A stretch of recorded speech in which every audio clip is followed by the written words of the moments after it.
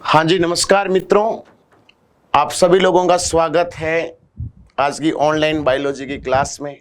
आप सभी लोग जानते हैं कि आरएस प्री के लिए टीम कलाम एक महत्वपूर्ण प्रोजेक्ट लेकर आई है, जिसमें जिस्ट के माध्यम से या हम कह सकते हैं क्विक रिवीजन के माध्यम से संपूर्ण टॉपिक्स का आपके रिवीजन करवाया जाएगा।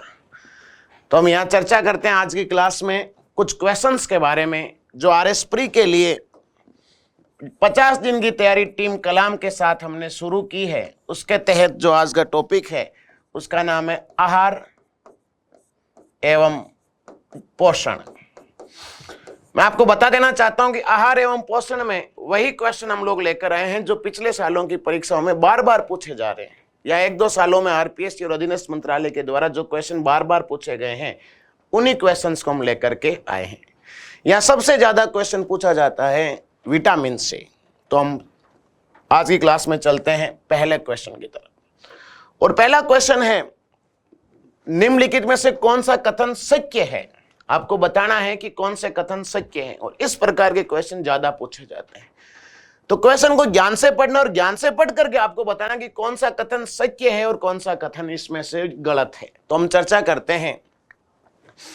विटामिन पोषकों का एक ऐसा वर्ग है जिसका मानव शरीर द्वारा जैव संश्लेषण नहीं किया जा सकता। आप सभी लोगों को ध्यान रखना है कि जो विटामिन है, ये विटामिन विद्यार्थियों सूक्ष्म मात्रिक पोषक तत्व होता है। हमारा जो भोजन है उस भोजन को या दो भागों में बांटा जाता है, वृहद मात्रिक पोषक तत्व और सूक्ष्म मात्रिक पोषक तत्व। वृहद मात्रिक पोषक तत्व उन्हें कहते हैं जिनको हमारे शरीर में अत्यधिक मात्रा में क्या होती है, आवश्यकता होती है। और वृहद मात्रिक पोषक तत्व में तीन आते हैं, कार्बोहाइड्रेट, वसा और प्रोटीन। विटामिन, खनिज, लवण जो है ये किस में आते हैं, सूक्ष्म मात्रिक में।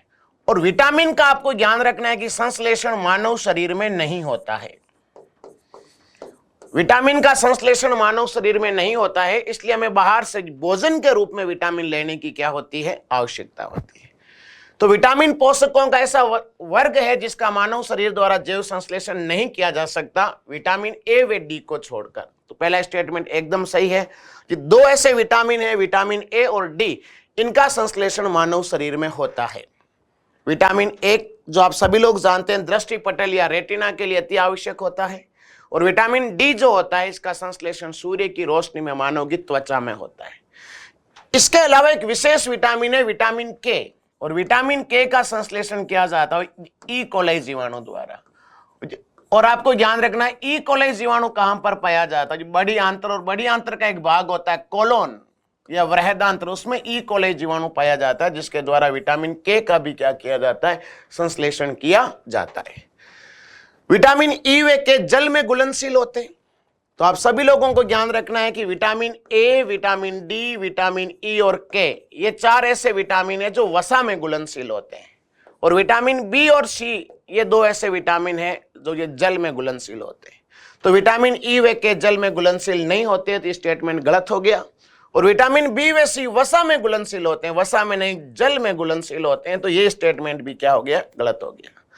तो इसका राइट आंसर हो जाएगा केवल एक। जो पहला स्टेटमेंट है वो पहला स्टेटमेंट ही केवल सत्य है। आप सभी को ध्यान रखना है, विटामिन ए, डी, ई और के वसा में घुलनशील होते हैं, और विटामिन बी और सी जो होते हैं जल में घुलनशील होते हैं। अभी मैंने आपको बता दिया वसा में घुलनशील विटामिन ए, डी, ई और के, और जल में घुलनशील विटामिन बी और सी। पहली बात तो आपको यहीं पर ध्यान रखनी है। जो अगले क्वेश्चन की तरफ चलते हैं, तो निम्न में से कौन से विटामिन वसा में घुलनशील है। और वसा में घुलनशील मैंने अभी अभी चर्चा की थी, चार विटामिन होते हैं, ए, डी, ई और के। पहला ऑप्शन है बी12 एवं डी, तो ये गलत है क्योंकि विटामिन बी वसा में नहीं बल्कि किस में घुलनशील होता है, जल में। अगला ऑप्शन है ए एवं सी, तो ध्यान रखना है विटामिन सी भी किस में घुलनशील होता है, जल में। अगला ऑप्शन है विटामिन ए एवं डी, ये दोनों ही वसा में घुलनशील होता है। और अगला ऑप्शन है विटामिन सी और ई, जिसमें से विटामिन सी किस में घुलनशील होता है, जल में। तो इनमें से ऐसे कौन सा ऑप्शन है जो केवल वसा में घुलनशील होता है, तो दूसरे का जो राइट आंसर है वो हो जाएगा सी। विटामिन ए और डी जो होते हैं किस में घुलनशील होते हैं, वसा में घुलनशील होते हैं। पहला क्यों नहीं हुआ, क्योंकि विटामिन बी12 जल में घुलनशील है। विटामिन सी जल में घुलनशील है, विटामिन सी यहां पर भी जल में घुलनशील है। आपको बार बार कह रहा हूं, 4 विटामिन ए, डी, ई के किस में घुलनशील होते हैं? वसा में। और विटामिन बी और सी किस में घुलनशील होते हैं? जल में। विटामिन डी या जो कैल्सीफेरोल की कमी से होने वाला रोग है। तीसरा बड़ा अच्छा क्वेश्चन है कि विटामिन डी की कमी से होने वाला रासायनिक या रोग कौन सा होता है? पहली बात तो विटामिन डी का रासायनिक नाम होता है कैल्सीफेरोल, और विटामिन डी की कमी से होने वाला जो रोग है उस रोग का नाम होता है रिकेट्स। विटामिन डी की कमी से रिकेट्स रोग होता है बच्चों में, और विटामिन डी की कमी से ऑस्टियोमलेशिया एक रोग होता है। ये ऑस्टियोमलेशिया नामक जो रोग होता है ये होता है वयस्क में या एडल्ट्स में। एक बार ऑप्शंस पे चर्चा कर लेते हैं। रतौंधी रोग किसकी कमी से होता है? विटामिन ए की कमी से। बेरी रोग किसकी कमी से होता है? विटामिन B1 की कमी से। और स्कर्वी रोग किसकी कमी से होता है? विटामिन सी की कमी से। और विटामिन डी की कमी से बच्चों में रिकेट्स रोग, और वयस्क में कौन सा होता है? ऑस्टियोमलेशिया रोग। विटामिन डी का रासायनिक नाम कैल्सीफेरोल क्यों पड़ा? यहां पर शब्द आ रहा है कैल्शियम, और विटामिन डी के द्वारा हमारे शरीर में कैल्शियम का निर्माण किया जाता है, और विटामिन डी के द्वारा कैल्शियम का निर्माण किया जाता है। इसलिए विटामिन डी किसको मजबूत करता है? अस्थियों और दांतों को मजबूती प्रदान करने का कार्य करता है। और विटामिन डी एक ऐसा विटामिन है जो हार्मोन की तरह क्या करता है? कार्य करता है। और विटामिन डी का संश्लेषण हमारे शरीर की त्वचा में होता है सूर्य की रोशनी की उपस्थिति में। तो विटामिन डी की कमी से होने वाला रोग कौन सा हो गया? रिकेट्स हो गया। इसके बाद चलते हैं अगले क्वेश्चन की तरफ। क्वेश्चन 4, क्रिएटिन यूरिया किस विटामिन की कमी से होता है? बड़ा अच्छा क्वेश्चन है। क्रिएटिन यूरिया नामक रोग किस विटामिन की कमी से होता है? तो आप सभी को ध्यान रखना है, विटामिन ई की कमी से कौन सा रोग होता है? Creatine urea. ये क्रिएटिन यूरिया होता है क्या है? तो आपको ध्यान रखना है कि मानव में उत्सर्जी पदार्थ होते हैं, और जो मानव में जो उत्सर्जी पदार्थ होते हैं वो मानव में उत्सर्जी पदार्थ में एक उत्सर्जी पदार्थ होता है क्रिएटिनिन, और एक उत्सर्जी पदार्थ होता है यूरिया। और जब क्रिएटिनिन और यूरिया को हमारे रक्त में से अलग करने का काम कौन करता है, या जो छानने का काम कौन करता है? तो सभी लोगों को ध्यान रखना है, रक्त में से उत्सर्जी पदार्थों को छानने का काम करती है किडनी, या वृक्क के द्वारा उत्सर्जी पदार्थों को अलग किया जाता है। ये रक्त में घुलनशील होते हैं, और रक्त में से छानकर इनको मूत्र के साथ शरीर से क्या निकाला जाता है? बाहर निकाला जाता है। और विद्यार्थियों, किडनी की संरचनात्मक और क्रियात्मक इकाई होती है नेफ्रॉन। सभी को ध्यान रखना है, नेफ्रॉन के अंदर पाया जाता है बोमेन संपुट। इस प्रकार से यू आकार की संरचना होती है बोमेन संपुट, और इसमें महीन रुधिर केशिकाओं का घना गुच्छा पाया जाता है। और महीन रुधिर केशिकाओं का जो घना गुच्छा होता है इसको ग्लोमेरुलस कहा जाता है। और जो ग्लोमेरुलस है इसी का काम होता है छानना या फिल्ट्रेशन करना या निशंदन करना। तो जो क्रिएटिन यूरिया किस विटामिन की कमी से होता है? तो विटामिन ई की कमी से होता है। आपने देखा विटामिन डी की कमी से रिकेट्स, विटामिन ए की कमी से रतौंधी, और विटामिन के की कमी से होता है रक्त के थक्के का निर्माण नहीं होना। रक्त के थक्के का निर्माण नहीं होना। यहां पर हम थोड़ी सी बात करते हैं रक्त के थक्के के बारे में। रक्त का थक्का होता है क्या? क्लोट फॉर्मेशन किसे कहते हैं? तो सभी लोगों को ध्यान रखना है, जब व्यक्ति के चोट लग जाती है या उत्तक क्षति हो जाती है, टिश्यू डैमेज हो जाता है, तो हमारी रुधिर वाहिकाएं जो शिरा धमनी है, ब्लड वेसल्स हैं, ये डैमेज हो जाती है, और यहां से रक्त बाहर निकलना क्या हो जाता है? प्रारंभ हो जाता है। लेकिन कुछ समय के पश्चात रक्त का बाहर निकलना, रक्त का बहना क्या हो जाता है? बंद हो जाता है, और इसी क्रिया को कहा जाता है रक्त के थक्के का क्या होना? निर्माण होना।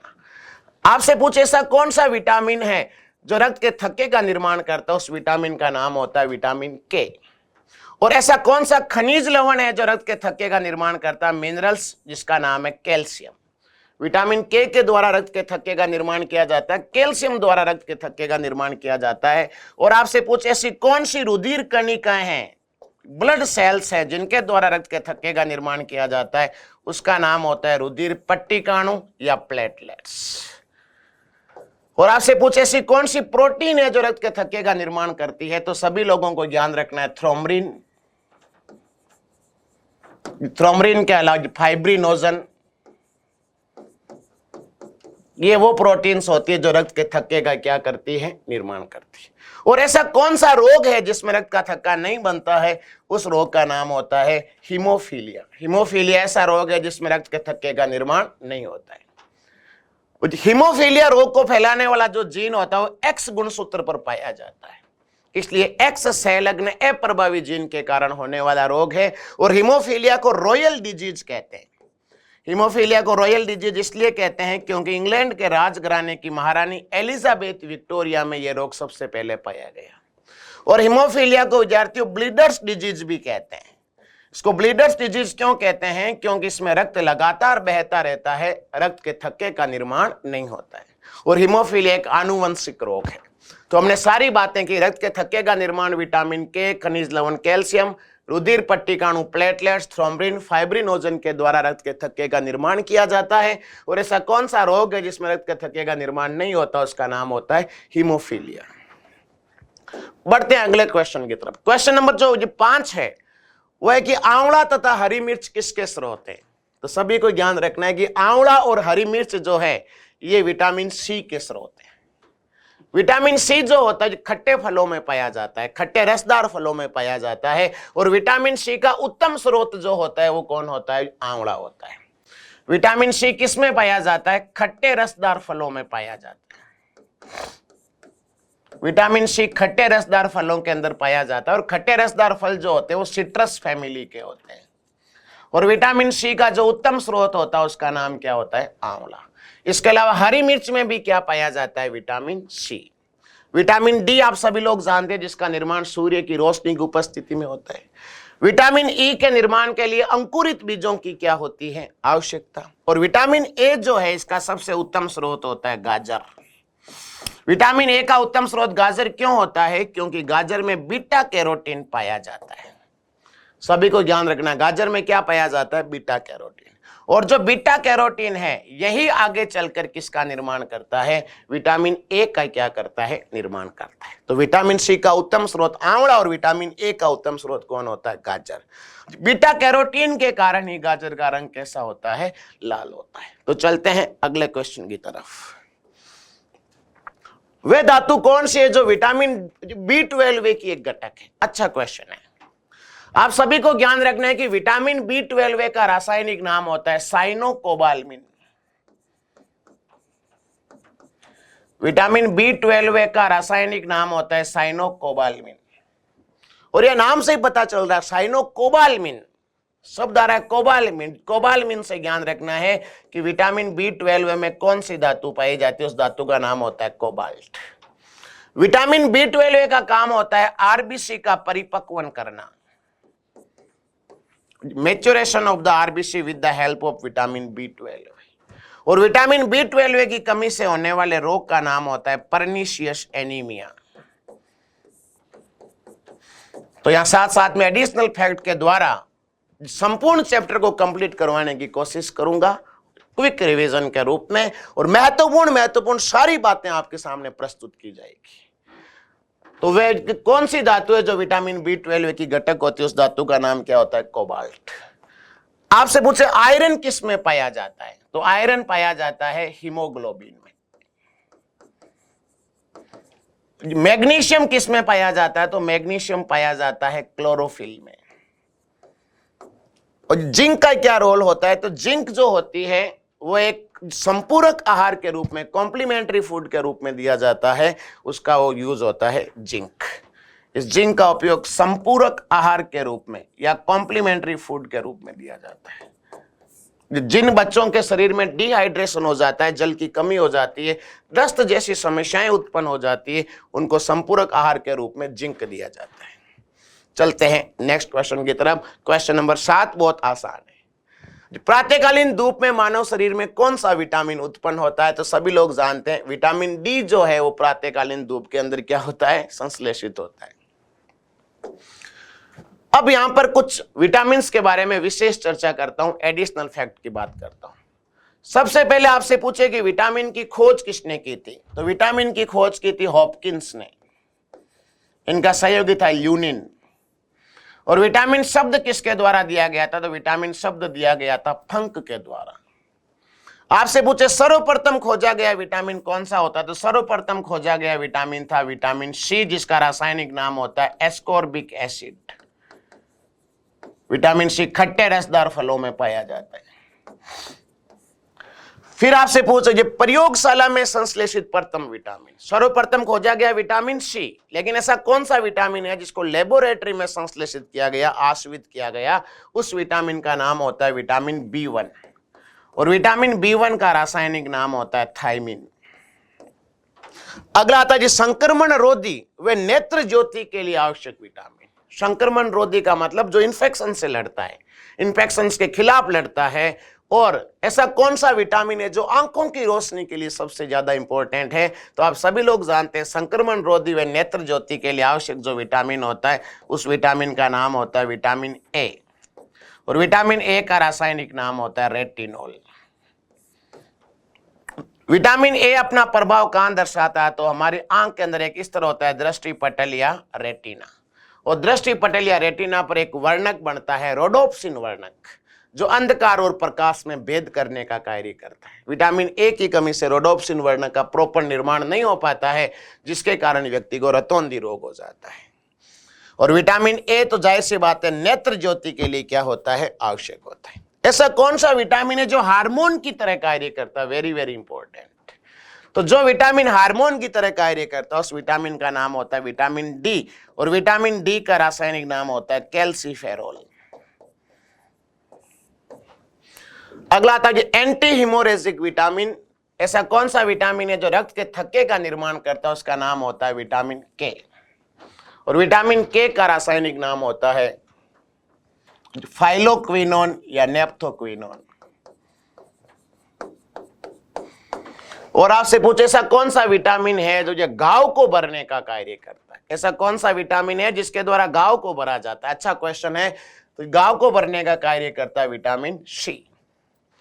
और विद्यार्थियों जनन उपकला, ऐसा कौन सा विटामिन है जिसके द्वारा जर्मिनल एपिथेलियम, वर्षण और अंडाशय का आंतरिक स्तर होता है, जिसको जर्मिनल एपिथेलियम जनन उपकला कहा जाता है, जहां पर गैमेट्स का विकास होता है, नर के टेस्टिस में शुक्राणु का विकास होता है, मादा के अंडाशय में अंडाणु का विकास होता है।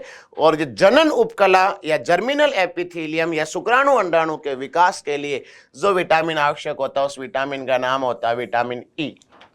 और विटामिन ई को ब्यूटी विटामिन भी कहा जाता है, क्योंकि स्किन में बनने वाले फ्री रेडिकल्स को ये क्या करता है, नष्ट करता है। और विटामिन ई का रासायनिक नाम होता है टोकोफेरोल। क्या नाम होता है, टोकोफेरोल।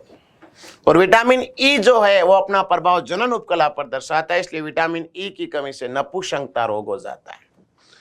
ऐसे कौन से विटामिन है जो आरबीसी का परिपक्वन करते हैं, तीन विटामिन B6, B9 और B12, ये तीन ऐसे विटामिन हैं जो आरबीसी का परिपक्वन करते हैं।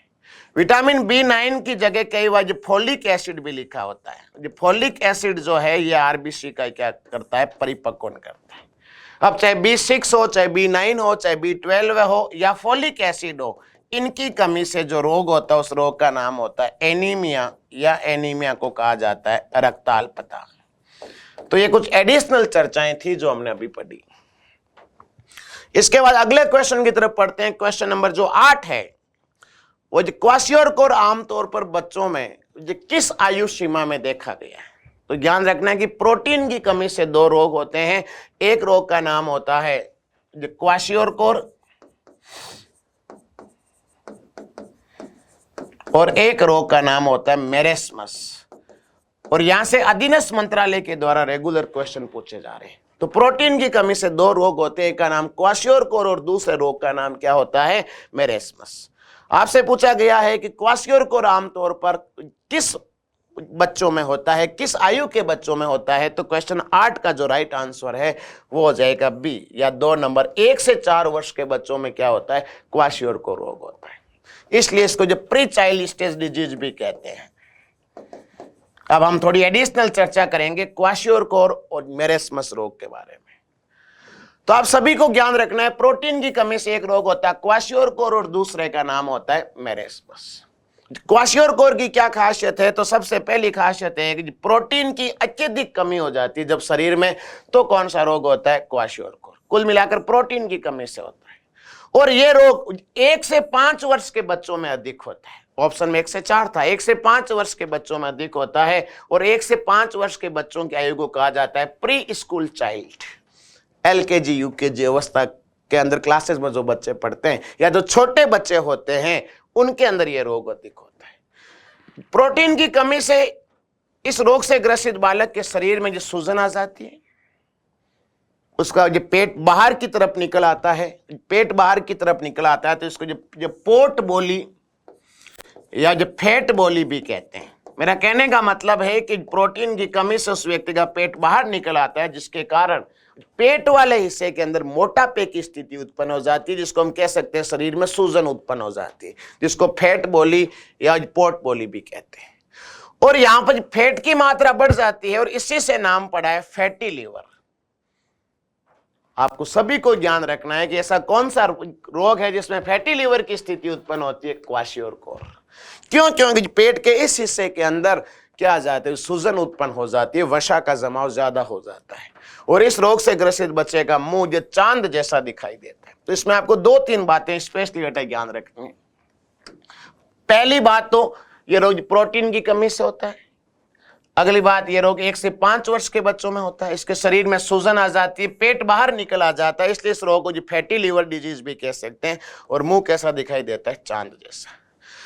जो अगला है मेरेस्मस रोग, ये जो प्रोटीन प्लस ऊर्जा की कमी से होता है या प्रोटीन प्लस या कार्बोहाइड्रेट की कमी से होता है। ये रोग 1 वर्ष से कम आयु के बच्चों में होता है। ये अब की बार पूछा गया था क्वेश्चन। क्वाशियोरकोर तो 1 से 5 वर्ष के बच्चों में होता है, लेकिन 1 वर्ष से कम आयु के बच्चों में कौन सा रोग होता है, मेरेस्मस। इस रोग में सूजन उत्पन्न नहीं होती है और सूजन उत्पन्न नहीं होती है इसलिए जो फैटी लीवर वाली कंडीशन उत्पन्न नहीं होती है। और इस रोग में जो मुंह है बंदर जैसा दिखाई देता है या मुंह के अंदर हम कह सकते हैं जो सलवटें पड़ जाती है, चेहरा अत्यधिक कमजोर हो जाता है, शरीर में थकावट उत्पन्न हो जाती है और वो व्यक्ति जो बूढ़े व्यक्ति जैसा दिखाई देता है, मांसपेशियों में रिलैक्शन हो जाता है। तो प्रोटीन की कमी से 2 रोग होते हैं, क्वाशियोरकोर और दूसरे का नाम क्या है, मेरेस्मस। जो चलते हैं अगले क्वेश्चन की तरफ, क्वेश्चन नंबर 9। अभी पूछा, अभी हमने बताया कि फैटी यकृत, जो फैटी यकृत की जगह दिया जा सकता है फैटी लीवर, एक ही बात है। यकृत को इंग्लिश में क्या कहा जाता है, लीवर। अब आप मुझे बताओ फैटी लीवर की स्थिति किसमें उत्पन्न होती है, क्वाशियोरकोर में। तो वही पूछा गया, सूखा रोग में, क्वाशियोरकोर में, स्कर्वी में और पेलाग्रा में। तो आप सभी लोग जानते हैं कि फैटी लीवर की स्थिति किसमें उत्पन्न हो जाती है, क्वाशियोरकोर में। कुछ यहां पर हम चर्चा कर लेते हैं यकृत या लीवर के बारे में। यकृत या लीवर जो होता है हमारे शरीर की सबसे बड़ी पाचक ग्रंथि है। हमारे शरीर की सबसे बड़ी पाचक ग्रंथि जो होती है उसको लीवर कहा जाता है। आप सभी को ज्ञान रखना है। इसके अलावा यकृत में सर्वाधिक पुनरुद्भवन की क्षमता पाई जाती है, सर्वाधिक रीजनरेशन की क्षमता पाई जाती है।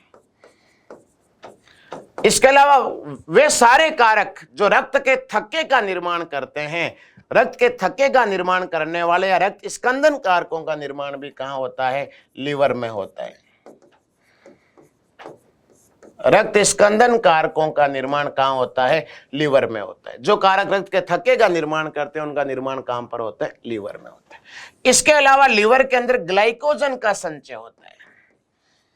इस ग्लाइकोजन को एनिमल स्टार्च कहा जाता है।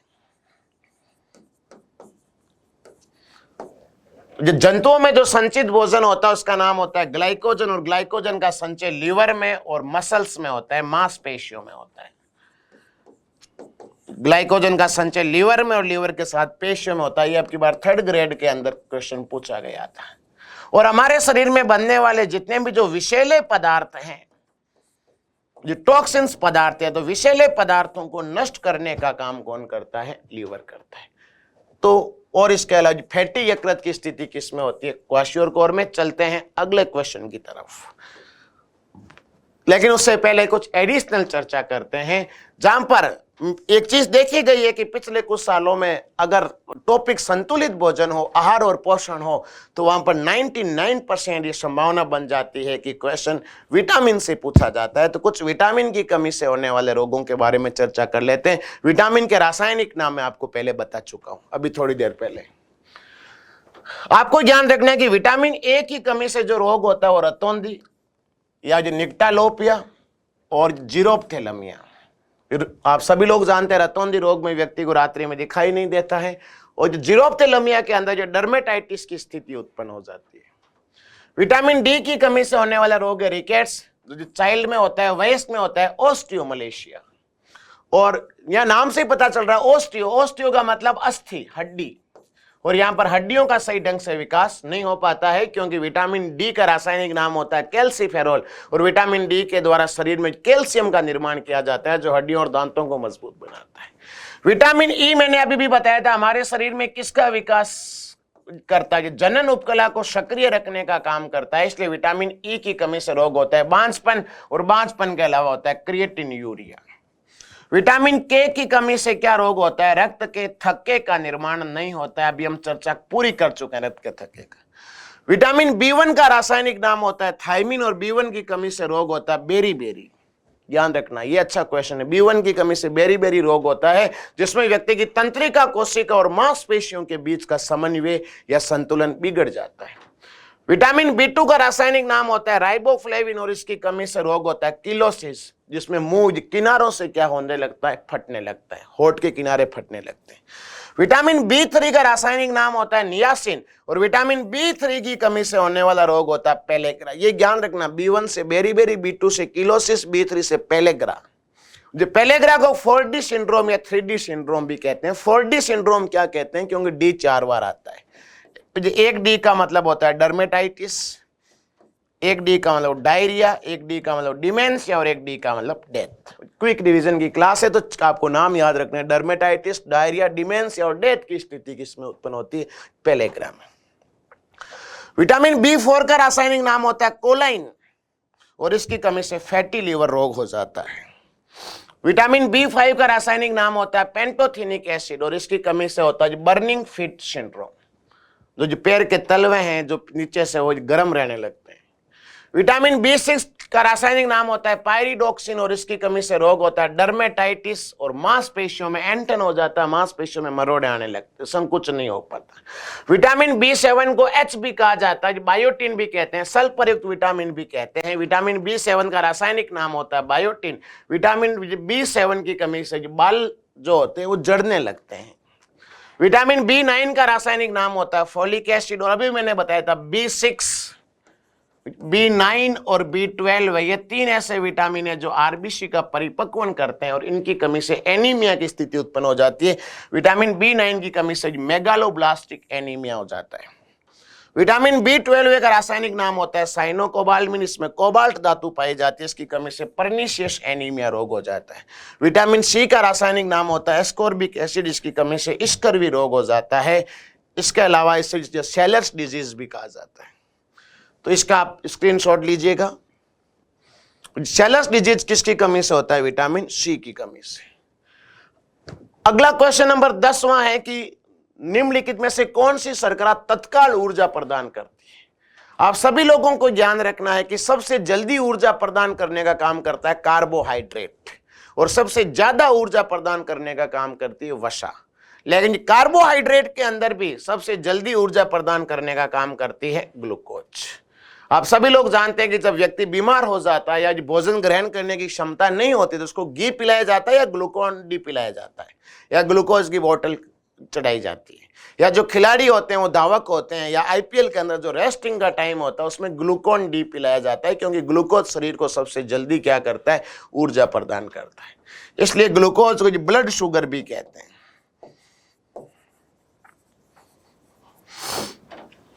इसके बाद हम बात करते हैं लैक्टोज। लैक्टोज को मिल्क शुगर कहते हैं, या दुग्ध शर्करा कहते हैं।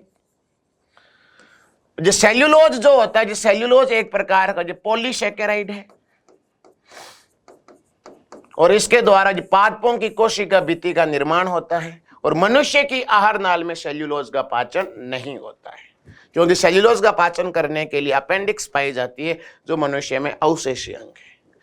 और जो माल्टोज को माल्ट शुगर कहते हैं, और माल्टोज हमें कहां से मिलता है, अंकुरित बीजों से मिलता है, इसलिए इसको माल्ट शुगर कहा जाता है। मैं फटाफट थोड़ा सा कार्बोहाइड्रेट के बारे में आपको जानकारी दे दूं।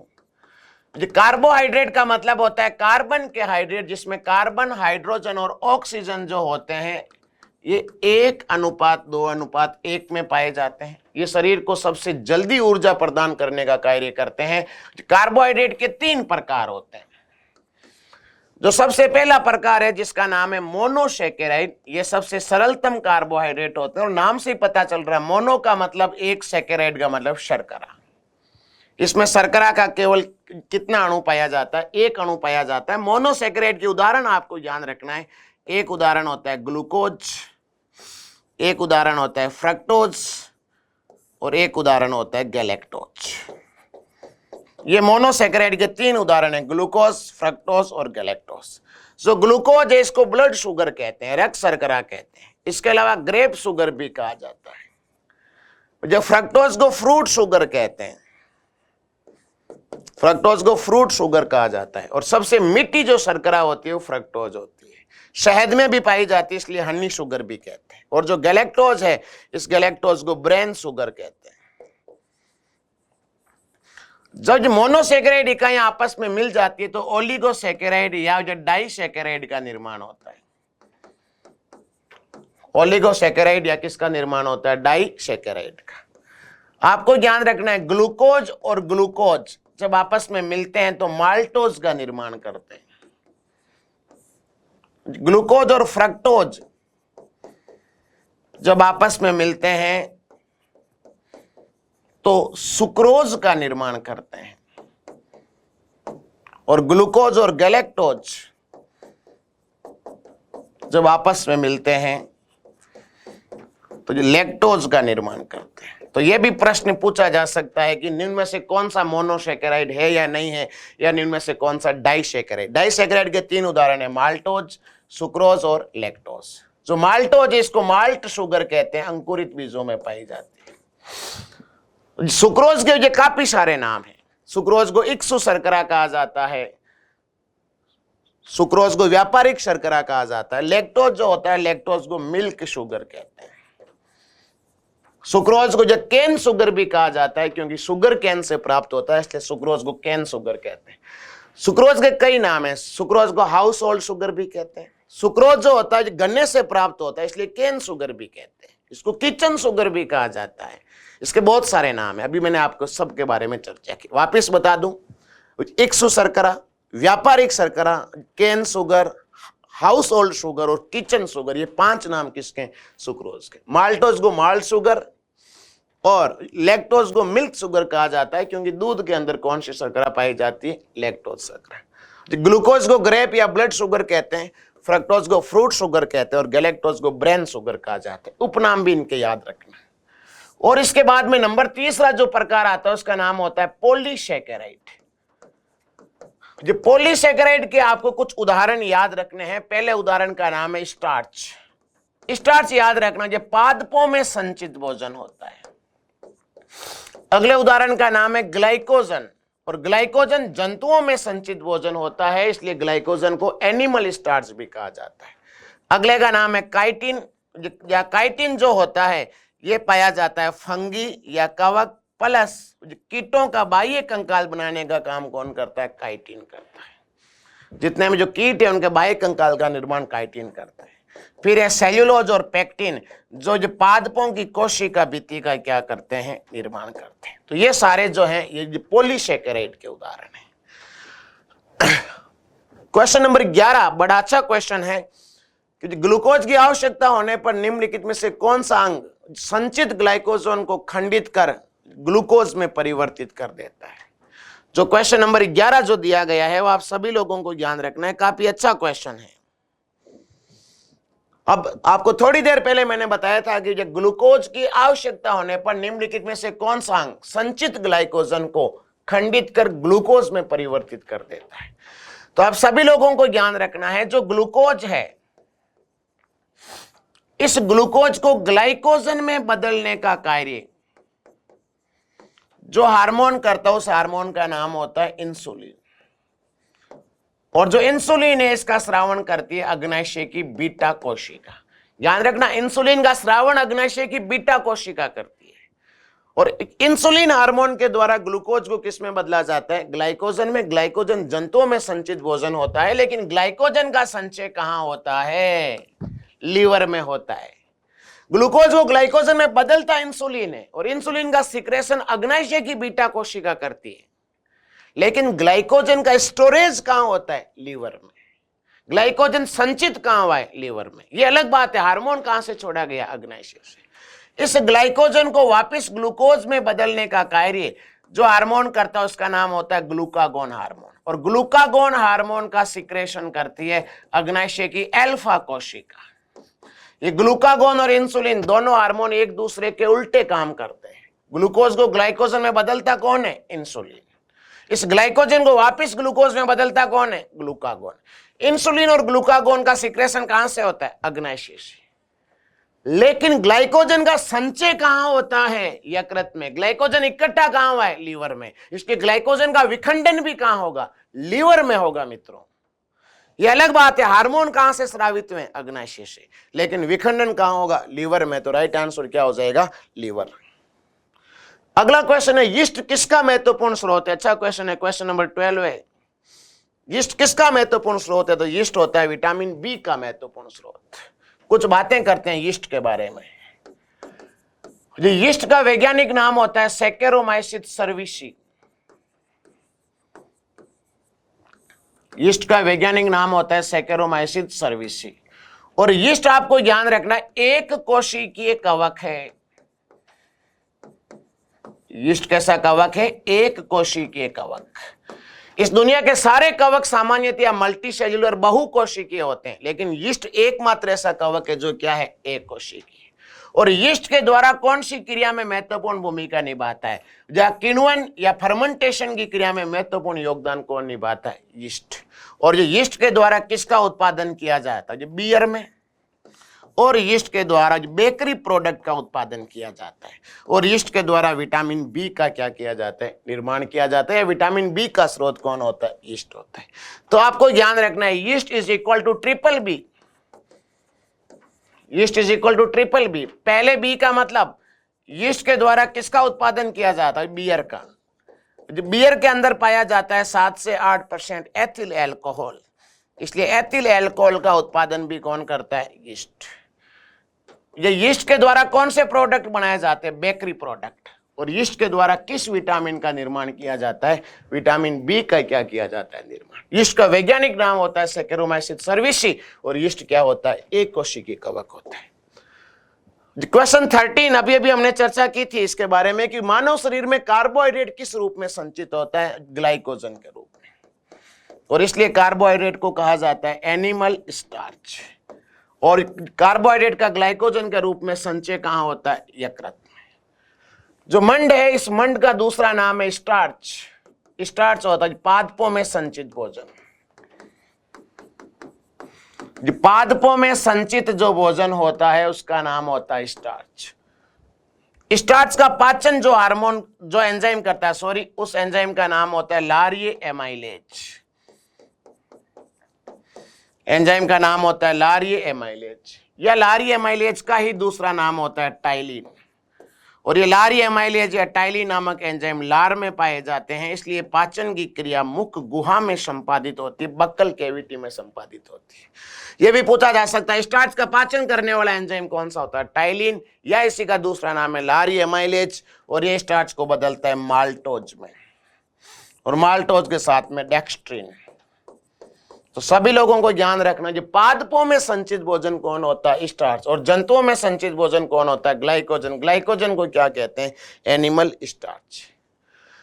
क्वेश्चन नंबर 14, जो भोजन के वर्ग में प्रति यूनिट कैलोरी की मात्रा सर्वाधिक होती है, सबसे ज्यादा या किलो कैलोरी के रूप में जो ऊर्जा प्राप्त होती है, मैंने थोड़ी देर पहले आपको बताया था, वसा से प्राप्त होती है। 1 ग्राम वसा के ऑक्सीकरण से हमारे शरीर को 9.1 से 9.3 किलो कैलोरी ऊर्जा प्राप्त होती है। 1 ग्राम प्रोटीन के ऑक्सीकरण से हमारे शरीर को 4.2 से 4.8 किलो कैलोरी ऊर्जा प्राप्त होती है। और 1 ग्राम कार्बोहाइड्रेट के ऑक्सीकरण से 1 ग्राम जो कार्बोहाइड्रेट के ऑक्सीकरण से शरीर को 4.0 किलो कैलोरी ऊर्जा प्राप्त होती है। तो सबसे ज्यादा किलो कैलोरी के हिसाब से वसा, वसा से कम किससे? प्रोटीन से, और प्रोटीन से कम किससे प्राप्त होती है? कार्बोहाइड्रेट से। अगला क्वेश्चन नंबर 15 बड़ा अच्छा क्वेश्चन है। निम्न कथनों पर विचार करो।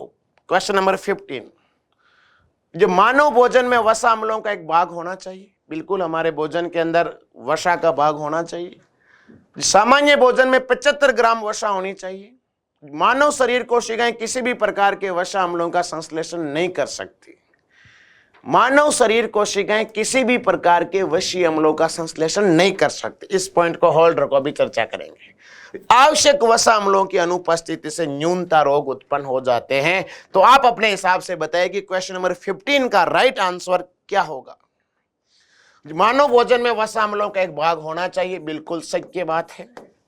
सामान्य भोजन में 75 ग्राम वसा होनी चाहिए, बिल्कुल सत्य बात है। और मानव शरीर कोशिकाएं किसी भी प्रकार के वसीय अम्लों का संश्लेषण नहीं कर सकती, ये कथन असत्य है।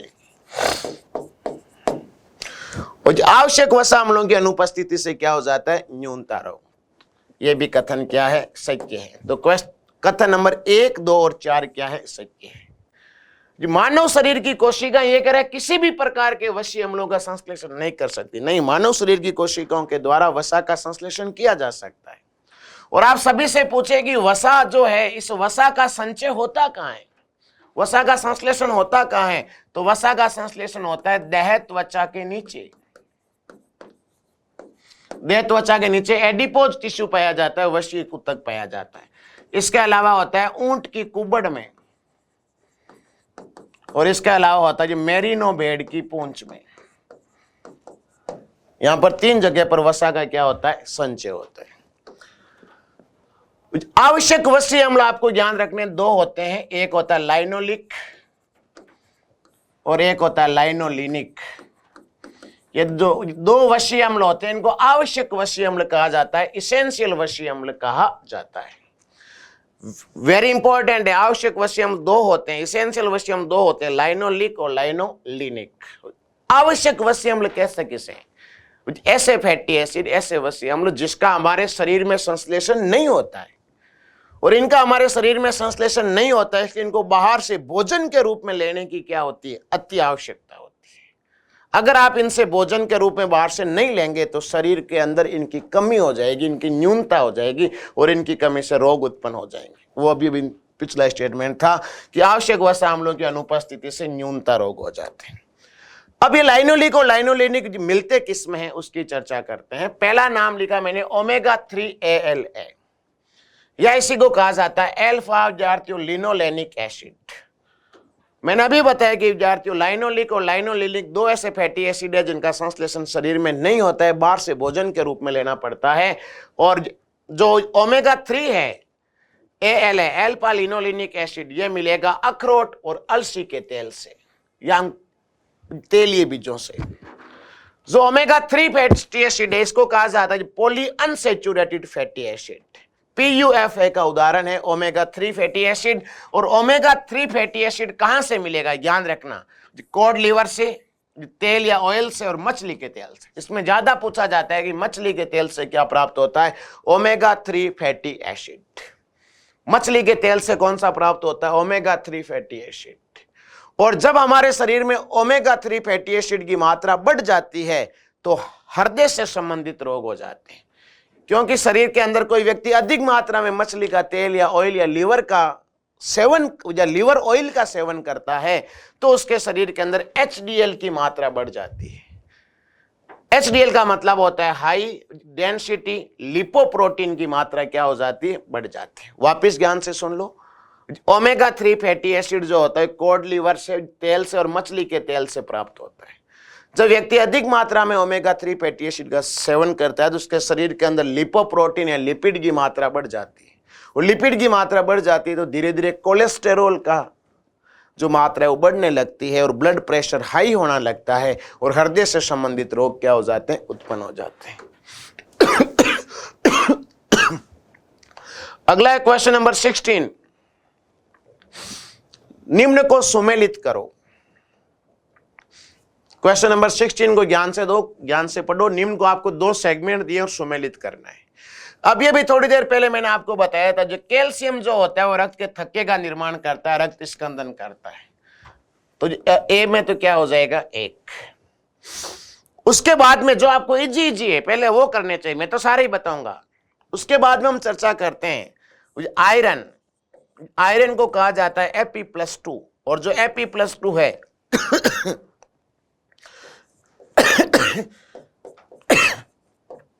यह आयरन जो है ये किस में पाया जाता है? हीमोग्लोबिन में।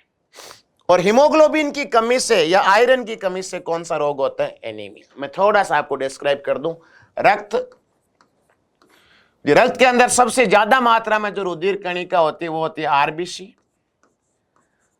आरबीसी के अंदर जो श्वसन रंजक पाया जाता है, रेस्पिरेटरी पिगमेंट पाया जाता है, जिसके कारण रुधिर का रंग लाल होता है, वो होता है हीमोग्लोबिन।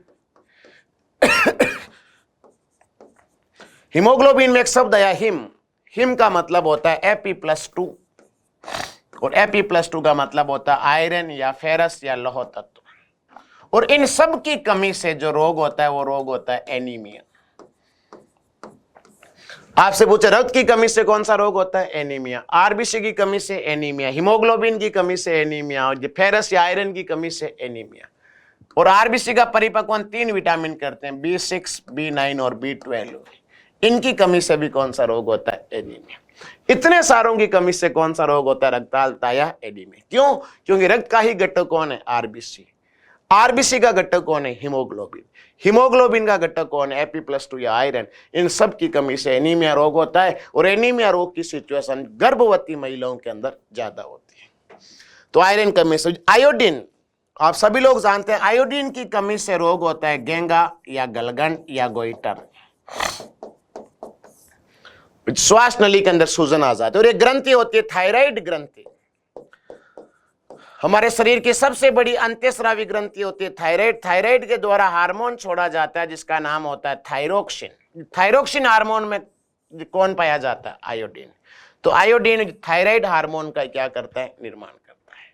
या थायराइड की जगह दिया हो सकता है थायरोक्सिन हार्मोन का क्या करता है? निर्माण करता है। अब बचा कौन सा? सोडियम। सोडियम का क्या काम है?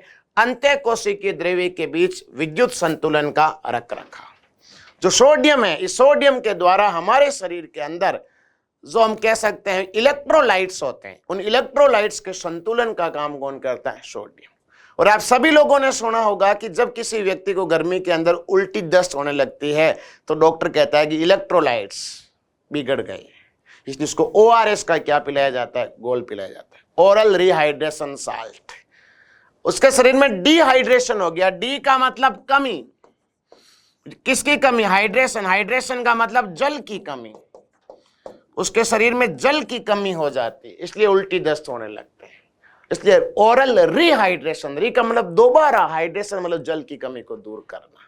इसलिए सोडियम या नमक जो होते हैं वो इलेक्ट्रोलाइट्स की मात्रा को क्या करता है? संतुलित करता है।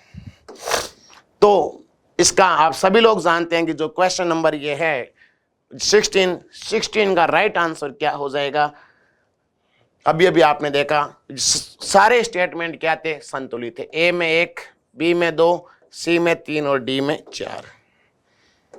तो राइट आंसर हो जाएगा 3। 16 का राइट आंसर हो जाएगा 3। अगला क्वेश्चन, निम्नलिखित में से कौन सा खनिज अनुपूरक बच्चों में अत्यधिक दस्तों के उपचार हेतु प्रयुक्त किया जाता है? इसका राइट आंसर होता है जिंक। जिंक या Zn+2 जो होता है वो बच्चों के अंदर जब अधिक मात्रा में दस्त लगती है उसलिए उस बच्चों को ऐसा भोजन दिया जाता है जिसके अंदर जिंक की मात्रा क्या हो? अधिक हो।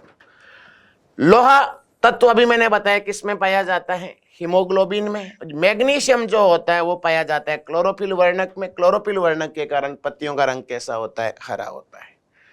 क्वेश्चन नंबर 18 बड़ा अच्छा क्वेश्चन है कि आजकल दूध को संतुलित आहार नहीं माना जाता है क्योंकि इसमें अभाव होता है।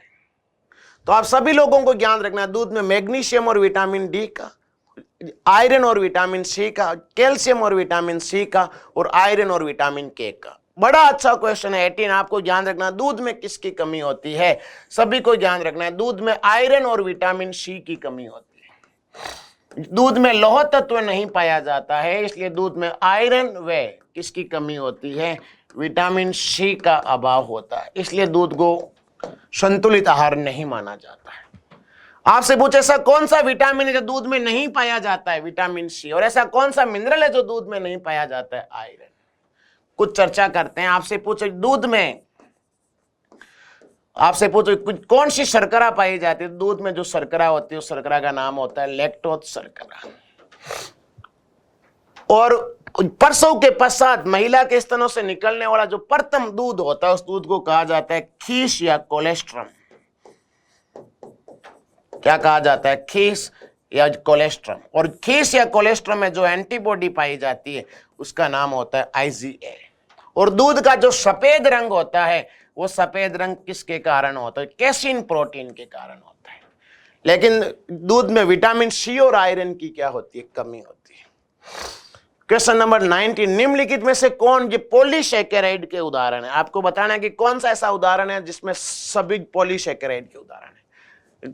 ग्लाइकोजन स्टार्च भी है, अगर सेल्यूलोज, स्टार्च, ग्लाइकोजन और हिपेरिन। सेल्यूलोज, स्टार्च और ग्लाइकोजन, सेल्यूलोज, ग्लूकोज और सुक्रोज। अब देखो इस टाइप के जो क्वेश्चन है इसमें जो ज्यादा उपयुक्त ऑप्शन होता है उसी को माना जाता है। हालांकि इसमें जो पहला ऑप्शन है ग्लाइकोजन और स्टार्च वो भी पॉलीसैकेराइड का उदाहरण है, लेकिन जो ऑप्शन ज्यादा उपयुक्त हो उसी को माना जाता है। अब आप देखो ग्लाइकोजन स्टार्च इसमें दे रखा है, इसमें भी क्या है? ग्लाइकोजन और स्टार्च। यहां दे रखा है सेल्यूलोज, स्टार्च और ग्लाइकोजन, सेल्यूलोज, स्टार्च और ग्लाइकोजन, ये इसमें सम्मिलित हो रहा है। और ये तो हो ही नहीं सकता है क्योंकि ग्लूकोज और सुक्रोज पॉलीसैकेराइड के उदाहरण नहीं होते। तो आपको ध्यान रखना है कि जो ऑप्शन ए व ऑप्शन जो सी जो है ये दोनों ऑप्शन किसके अंदर समाहित है? ऑप्शन बी में समाहित है। इसलिए जो ज्यादा उपयुक्त जो होता है वो होता है इसके अंदर ऑप्शन बी। तो 19 का राइट आंसर हो जाएगा 2। मैं जो थोड़ी सी चर्चा कर लेता हूं। सेल्यूलोज कहां पाया जाता है? पादपों की कोशिका भित्ति में। पादपों में संचित भोजन कौन होता है? स्टार्च। जंतुओं में संचित भोजन कौन होता है? ग्लाइकोजन। और हिपेरिन जो होता है ये ध्यान रखना, हिपेरिन प्राकृतिक रक्त प्रतिस्कंदक पदार्थ होता है। हिपेरिन प्राकृतिक रक्त प्रतिस्कंदक पदार्थ होता है, या हम कह सकते हैं हिपेरिन रक्त को जमने से रोकता है।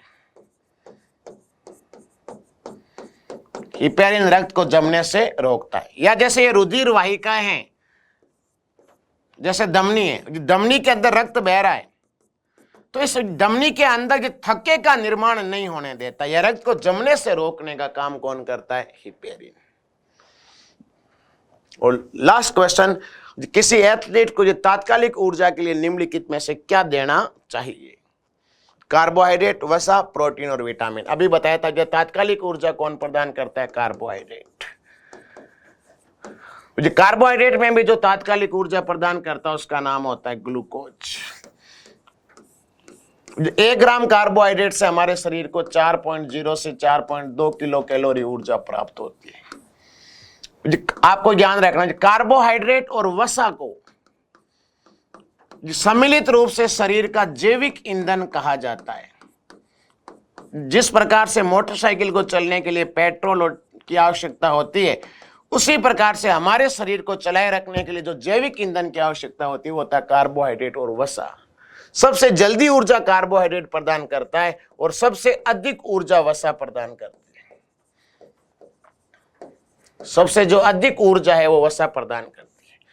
जो 1 ग्राम वसा के ऑक्सीकरण से 9.0 से 9.3 किलो कैलोरी ऊर्जा प्राप्त होती है और इसलिए वसा को कहा जाता है ऊर्जा के केंद्र, सेंटर ऑफ एनर्जी। ऊर्जा के केंद्र किसको कहा जाता है? वसा को कहा जाता है। जो प्रोटीन है, अच्छा, कार्बोहाइड्रेट और वसा, प्रोटीन, ये तीनों वृहद मात्रिक पोषक तत्व होते हैं। इनके शरीर में अत्यधिक मात्रा में क्या होती है? आवश्यकता होती है। जो प्रोटीन है ये प्रोटीन करता है शरीर की मरम्मत, रिपेयरिंग ऑफ बॉडी, और शरीर का निर्माण, और शरीर की वृद्धि में भी कौन सहायक होता है? प्रोटीन। शरीर को सबसे जल्दी ऊर्जा कार्बोहाइड्रेट, शरीर को सबसे ज्यादा ऊर्जा वसा। 1 ग्राम वसा से 9.0 से 9.3 किलो कैलोरी। पीटीआई में पूछा गया था। वसा को ऊर्जा के केंद्र कहते हैं। वृहद मात्रिक पोषक तत्व तो 3 होते हैं, कार्बोहाइड्रेट, वसा और प्रोटीन। सूक्ष्म मात्रिक में विटामिन और खनिज लवण। जो विटामिन है, विटामिन का क्या काम होता है, ये शरीर की रोगों से सुरक्षा करता है।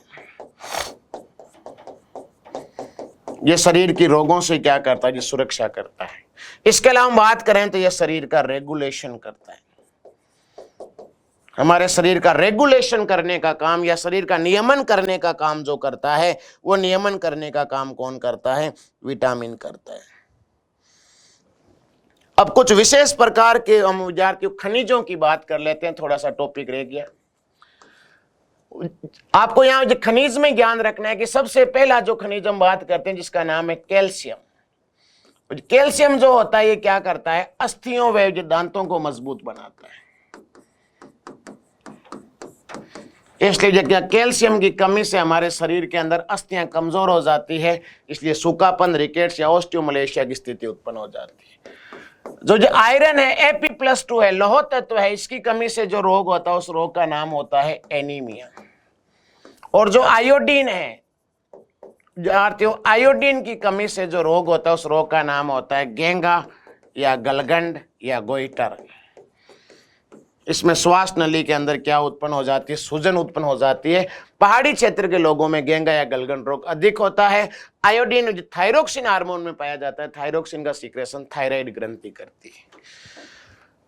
जितने भी जो ये पोषक तत्व हैं, प्लांट्स की बात करें तो ये पोषक तत्वों को 3 भागों में बांटा जाता है।